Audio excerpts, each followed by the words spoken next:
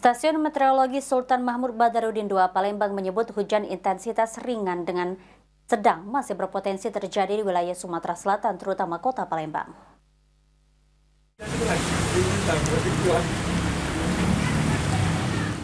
Kepala Stasiun Meteorologi SMB 2 Palembang Siswanto menjelaskan menjelang tahun baru 2025 kondisi cuaca yang ada di Palembang maupun sebagian besar wilayah Sumsel berpotensi hujan dengan intensitas ringan hingga sedang. Tetapi untuk wilayah Musirawas Utara, Lubuk Linggau dan Musirawas intensitas hujannya sedang. Kemudian pada tanggal 2 hingga 4 Januari potensi hujan kembali meningkat di wilayah Sumsel bagian timur, seperti Oki, Oku Timur, Oku, Muba, dan Banyuasin termasuk juga kota Palembang.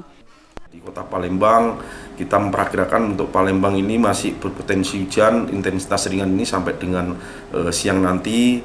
Dan untuk menjelang awal tahun baru 2025, kondisi cuaca yang ada di kota Palembang maupun sebagian besar Sumatera Selatan, intensitas hujannya adalah ringan hingga sedang. Untuk itu, BMKG menghimbau seluruh masyarakat yang sedang melaksanakan aktivitas liburan di lokasi wisata alam dan wisata air untuk selalu meningkatkan kewaspadaan terhadap perubahan cuaca yang terindikasi potensi cuaca ekstrim. Ilham Wahyudi, PAL TV.